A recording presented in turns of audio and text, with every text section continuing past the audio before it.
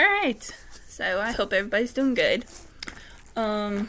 Just got done recording my other video about, like, where I've been, what's been going on, all that stuff, because it's been a couple weeks since I did my initial videos. Last go round, I told you guys about, like, where I came from. Like, how old I am, all that fun shit. Stuff.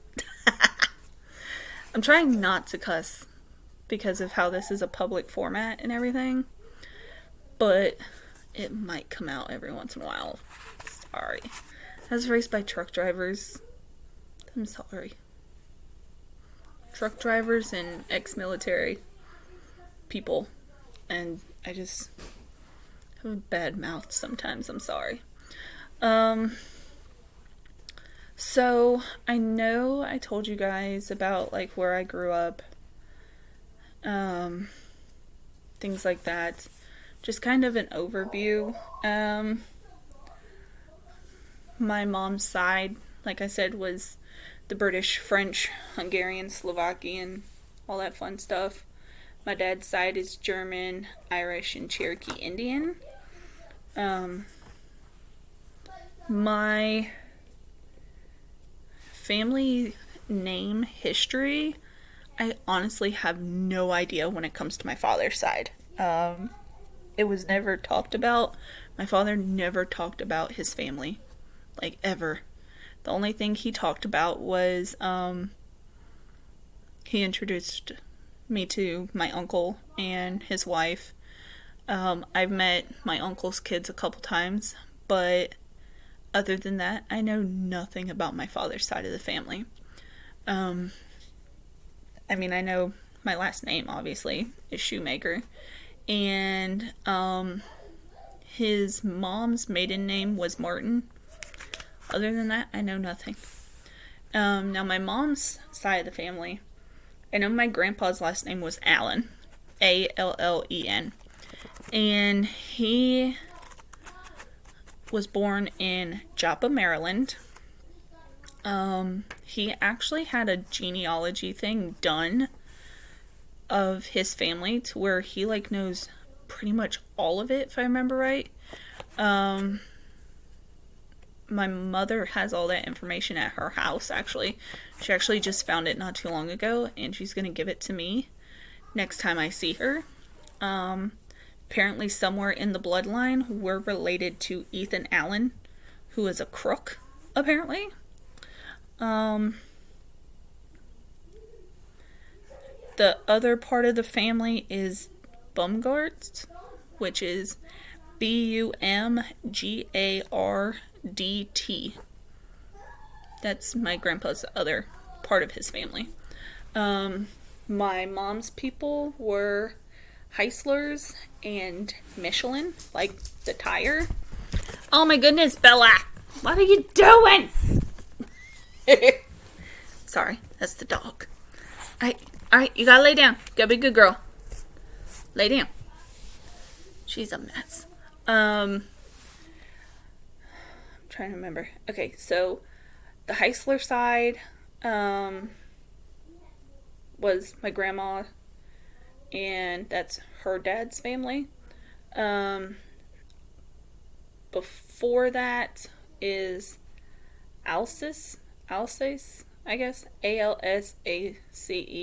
Alsace-Lorraine is where they came from, which, if I remember right, is, like, in between France, Germany, all that. Like, it's a little section, like when you pull it up on the map.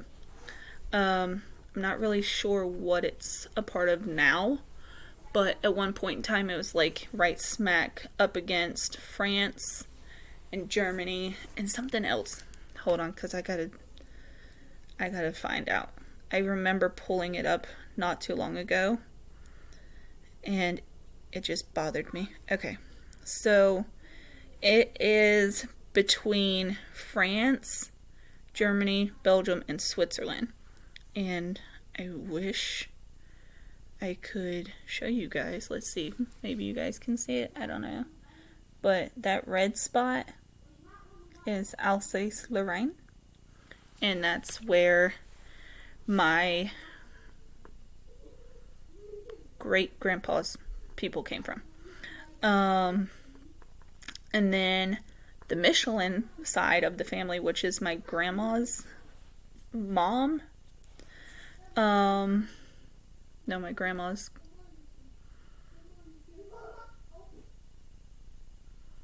Yeah, I think it was my grandma's mom. Was the Michelins. They come from Hungary and Slovakia. They were the Zubas. Their last name was Zuba at one point. And hold on.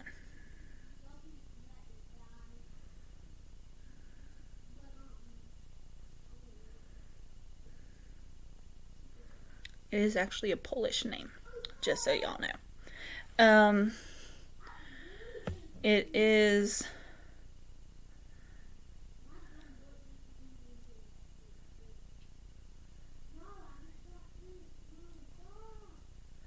yeah, it's a Polish name. Sorry, I was getting a text message. So I've got like Slovakian, Polish, whatever in me. I'm a mutt. Okay, I'm sorry. But that's all I really know about that. Now, when it comes to, I had told you guys that one of these things says how and where your grandparents met, and I know kind of how it happened, but I wasn't sure, so I got up with my mother and asked her. And of course, we know nothing about my dad's side, but when it comes to her side, her mom and dad actually grew up together. My grandma went to school with and was really good friends with my grandpa's younger sister. Her name was May, which is how I got my middle name. My grandpa went to World War II. He served in the military. I think he was in the army, and he was a medic. He fought alongside the British, and he married a woman over there named Gwen. He brought her home with him when he was done, and she became one of the, how do I say it, the snooty ones, the uppity and I'm better than you kind of people. Back then in the 40s and 50s, she wanted to wear $100 dresses to mop the floors. Not to go out to dinner in, but to wear around the house all day, mopping floors, cleaning windows. She would wear $100 dresses. And she started causing my grandpa some financial problems. She started causing him, like, life problems. Like, she just became like, well, if you're not going to be able to do this, I don't want to be here. And so he said, fine. They got a divorce. He sent her back. And she went home to England. And that same day, my mother said she couldn't remember if Gwen went home via a boat or a plane. She couldn't really remember. But somehow she got sent back, and my grandmother was there when that happened, and they, I guess, had always kind of like had a thing for each other, but they just didn't want to admit it or something. And so my grandpa said, okay, well, that's done, she's gone, how about you and me? And my grandma was like, I don't know, what do you mean, what about you and me? And he said, here. And he pulled out a dime, and he said, we're going to toss a coin. He said, if it lands on heads, we're getting married. If it lands on tails, we're not getting married. And we'll just go back to being the friends that we've always been. And so he flipped the coin, and it landed on heads, and they got married. And a few years later, they had my mother. She was born in Passaic, New Jersey.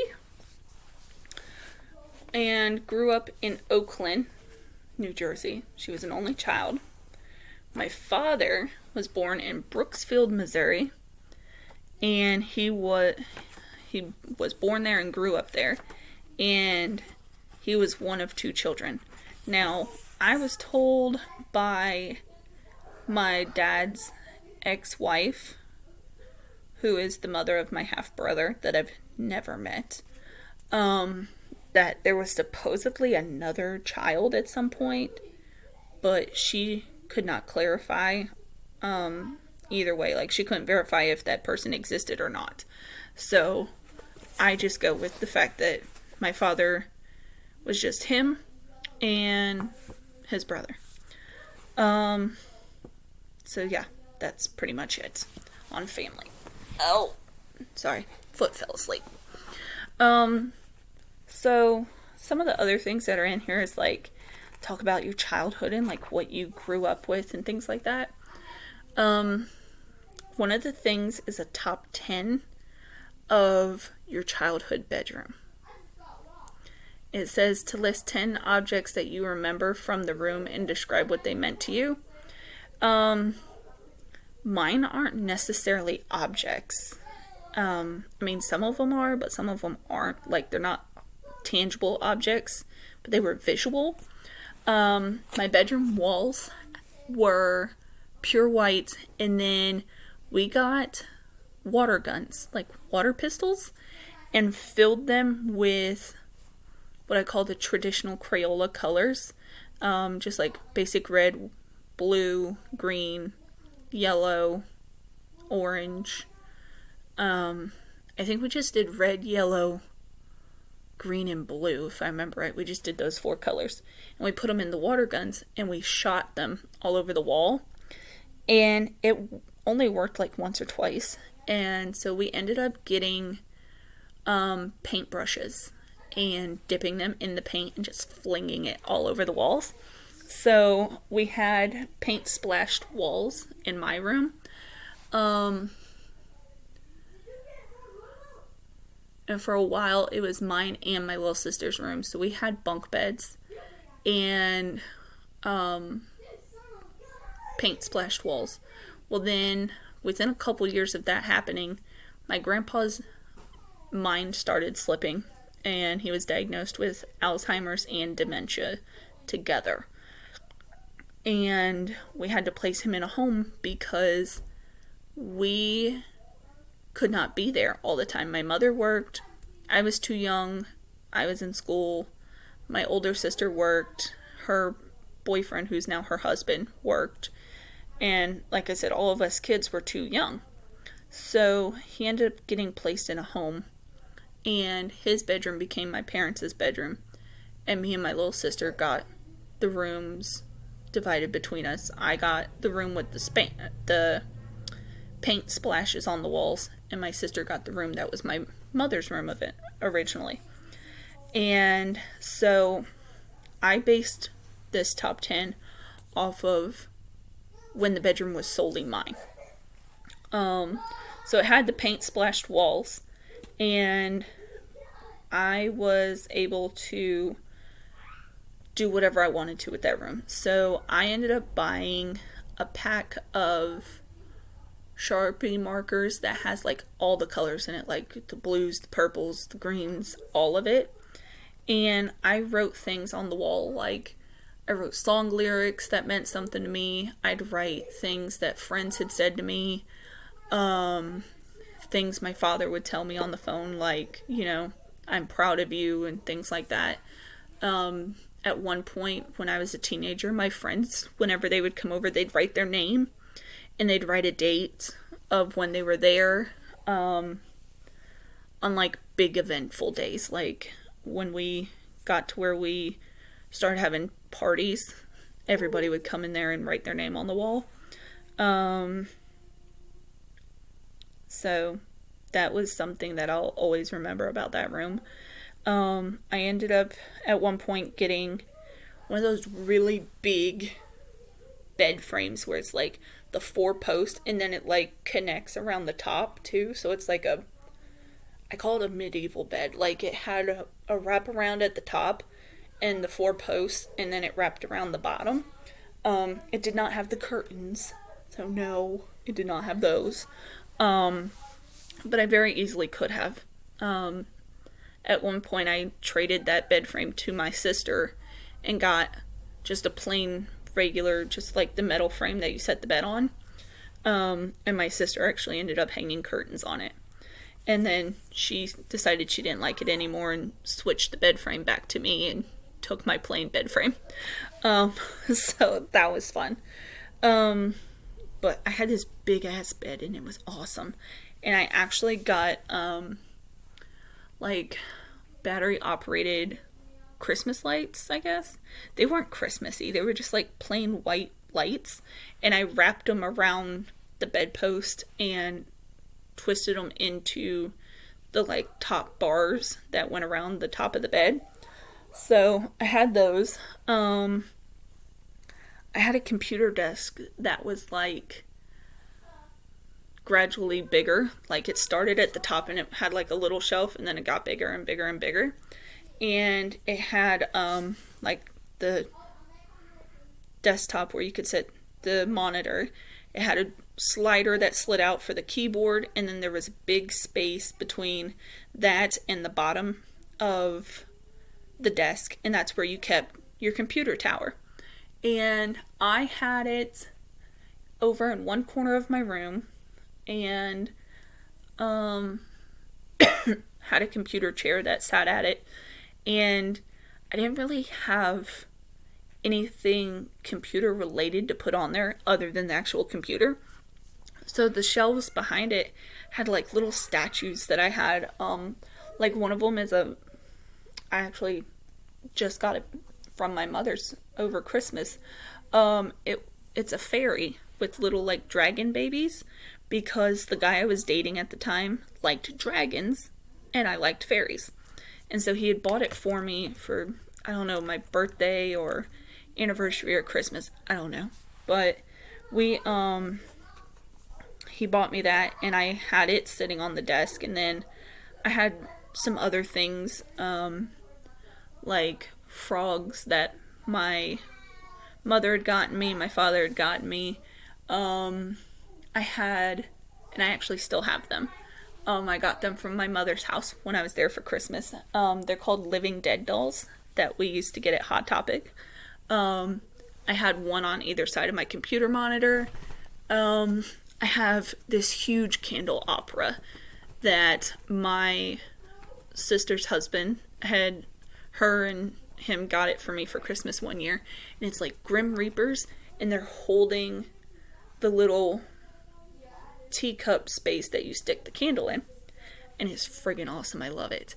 And it would sit up on the very top shelf of the desk. So those are things that I'll always remember. Plus I have them. They're sitting here in my room, so I love them. I had pictures everywhere, just everywhere. And I mean, none of them were framed. They were literally just pinned to the wall with a push pin. And it was like pictures of me with friends, pictures of places I had been. One was a picture of my dog. There was a picture of me with the guy I was dating. There was posters. I mean, we even colored in coloring books like we were kids and tore out the pictures that we liked the most and pinned them to the wall. So those are things that, I mean, there was just stuff everywhere. I'd have jewelry hanging on the wall, like necklaces that would tangle up if I put them in my jewelry box, so I would just hang them on the wall. I'd have hats hanging on the wall or on the bedpost, whichever one I decided for that day. I had a dresser, but it was like a small dresser. It wasn't big. And that would sit over in the other corner, and the TV would sit on top of that. And then I had this bookcase, which I got it back when I was at my mother's too,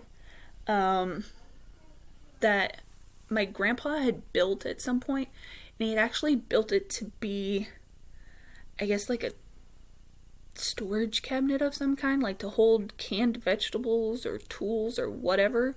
But it's literally just a box with some legs on it with two handles that you push the buttons and pull the doors open, and there's one big shelf. So it's like top and bottom, and that's it. And I took it and I put stickers on it. Every time I'd go somewhere, I'd get a sticker, like concerts, radio station raffle things that they'd have at grocery stores and stuff. And I just stick them to the bookcase. And so when I got it back from my mother's house, I put stickers on it from like my colleges, restaurants around here that I support, car shops that Mike has gotten stuff from, things like that. And so it's still got its stickers on it. It's gaining new ones. It's awesome. And then there was a toy box that my grandpa had built.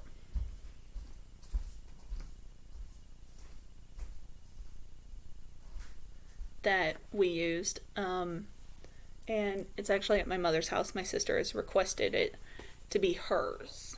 So, yeah. And that's pretty much all I remember about my room. Well, that really stuck out to me anyway.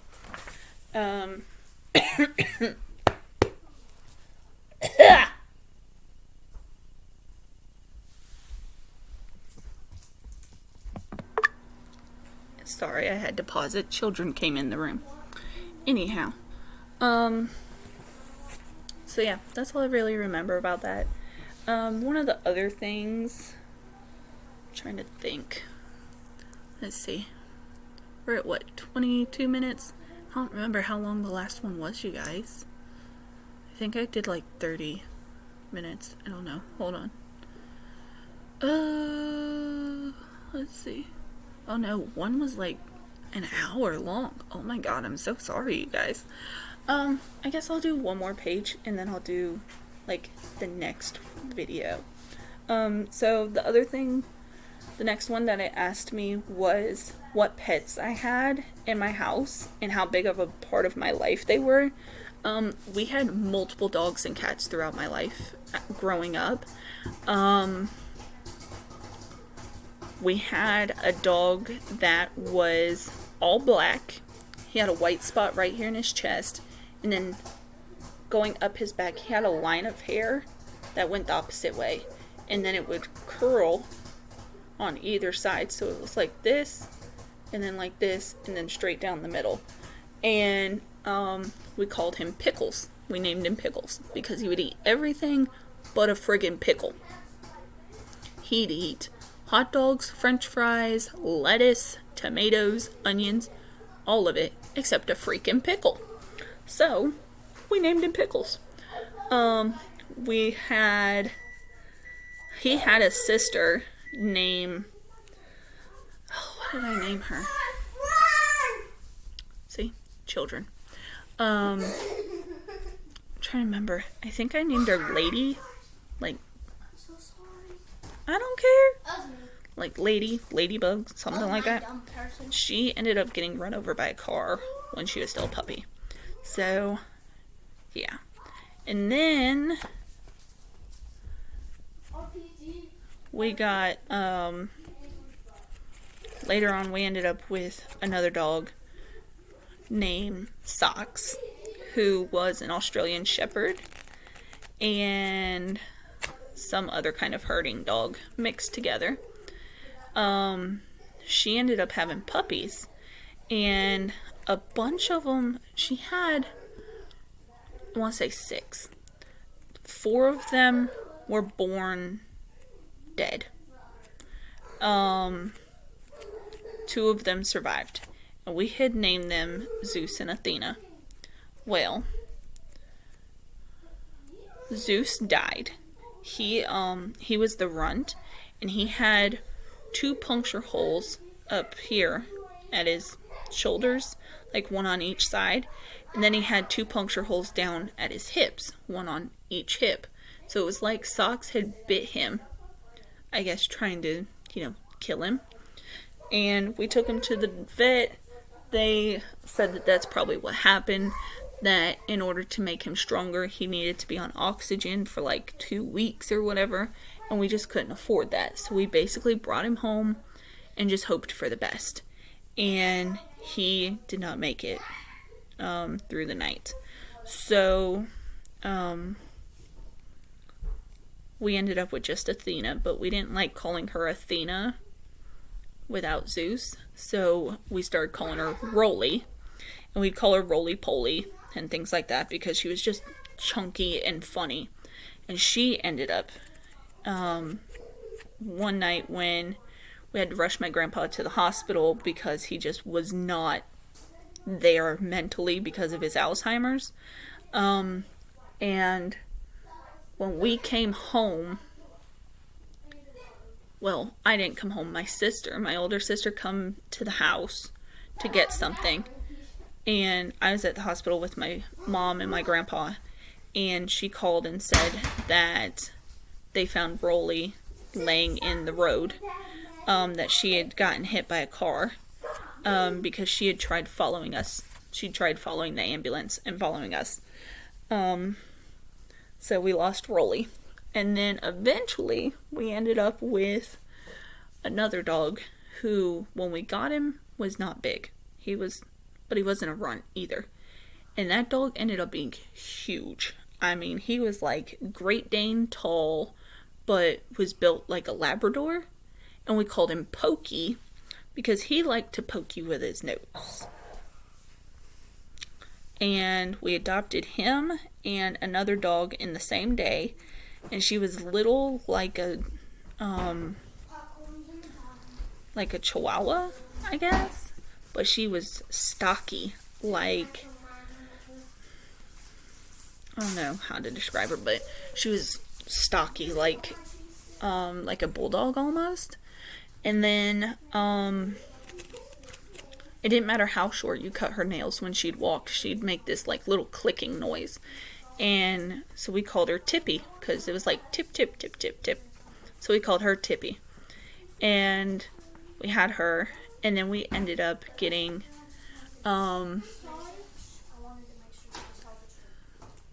we got, all of our animals were microchipped, because we adopted them from shelters. And so they all came with microchips. And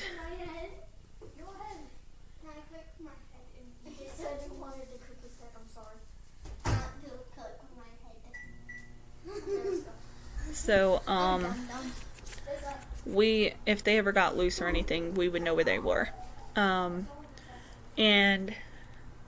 we had this neighbor that, I don't know what his problem was, but I guess he just didn't like people having animals.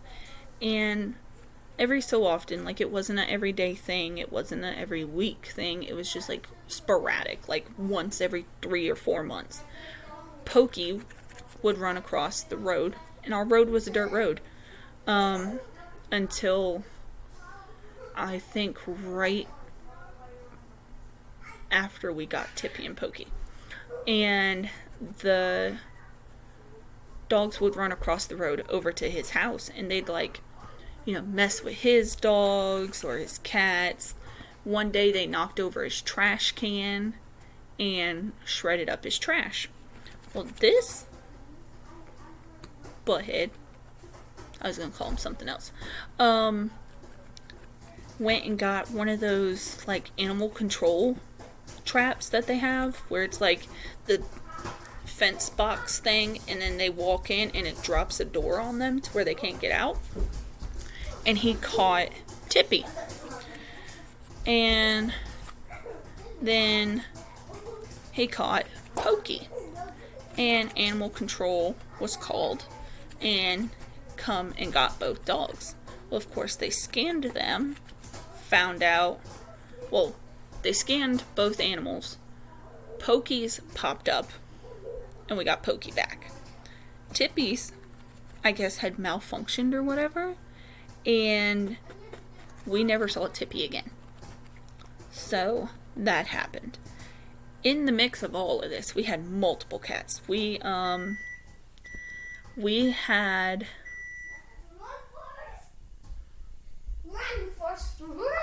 I honestly can't tell you what his name was, what the cat's name was. But we had a female cat that had kittens. And she was a calico. I can't remember her name to save my life, but she was a calico cat. And she had a pure black kitten. I think she actually had 2. And then she had a calico baby. And then she had like the white with the brown stripes, like how they have like patches of the brown and tan stripes. One black one we named Salem because he was full black, like all the way black. And we named him Salem. He got hit by a car or something, I don't know. But we found him one day. He come walking onto the porch and he was dragging one of his hind legs, and then he laid down and was bleeding from his like bottom and everything. And we of course took him to the vets. What they said it was going to cost, my mother could not afford at the time. And so we just, surrendered him. And we found out later on that he ended up having his leg amputated. They were able to fix all the internal issues that he had, and he got adopted to a family that took in animals like him. Like most of the ones that they adopted were injured or disabled or whatever. And so he was at a good home, and that's all that mattered to us. Some of the other ones we adopted out to friends and family. One of them we named Tito, which was the calico kitten, and that was my baby. That cat slept with me. She went everywhere with me. But she never got to be more than, I think, like a month old, because I went to go to work one morning and she was under my hood and got wrapped up in my fan belts and died. So I was very upset. I cried the whole way to work, and I was working at a veterinarian office at the time. It was actually a veterinarian trauma hospital, and so I was really upset. And like a couple days later, this family brought in a kitten that was pure white except for like a patch on her head, and her tail were like the brown and then like the tabby stripes, and she was soft. She had the softest, prettiest white hair ever, but it like hung.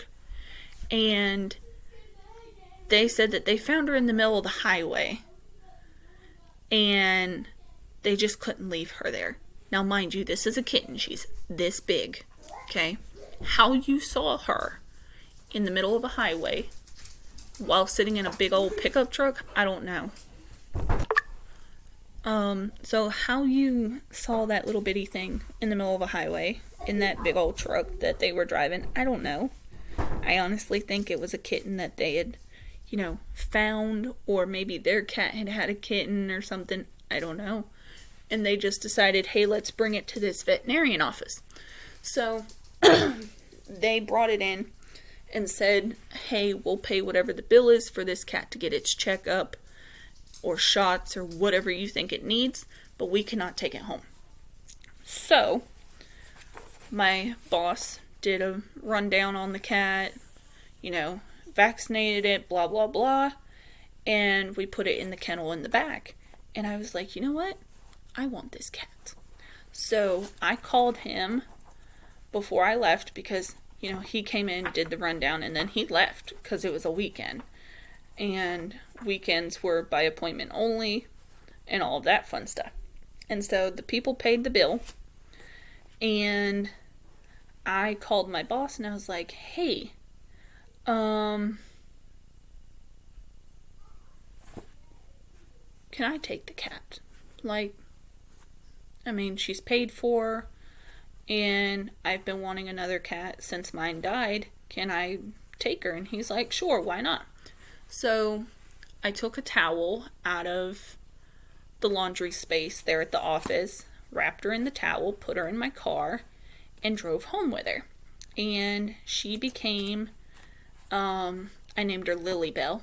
And I had that cat right up until I found out I was pregnant with my daughter. I found out I was pregnant with my daughter, and like a week or two later, she got hit by a car in the neighborhood I was living in Lumberton.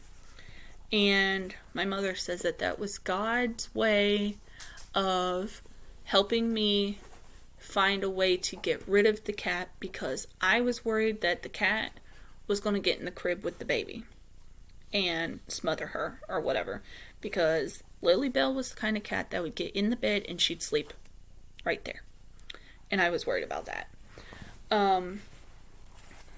So, yeah. After Lily Bell, I had a couple animals, like with my ex and everything, but as a kid, those were my main animals. And those animals came and went in my house however they wanted to. They'd come and go freely. They were never caged up. They were never locked up or anything. It was just, doors open, walk in, walk out, get your food, whatever. They were all housebroke, though. None of them ever did their business in the house.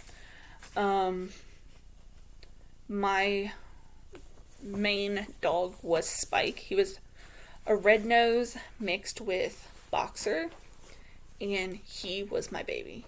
That was my dog. Trying to think. I think I have a picture of him, actually, that I can show you guys. Those of you that have been in my life for a while actually are very familiar with Spike, especially those that grew up with me in Florida. Spike was a fantastic guard dog. You did not get out of your vehicle unless I was standing there, because he was that dog.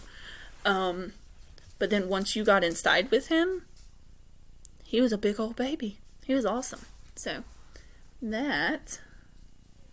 Come on, camera. Focus. That was my Spike. And he was nothing but a big old baby. I loved that dog. I had to leave him behind when I moved out of my house in Florida.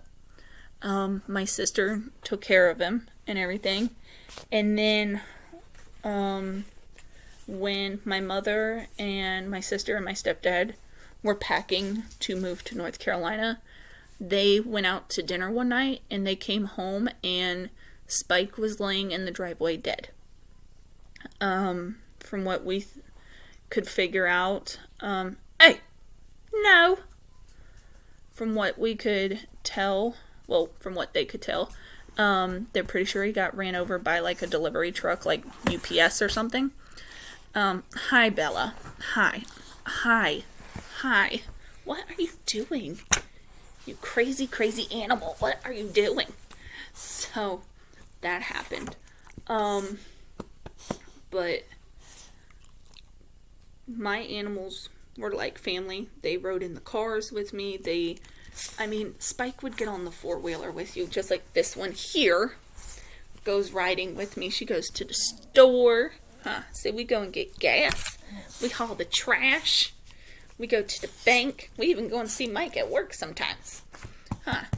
So we go all sorts of places together, But that's all I'm going to talk about on this one.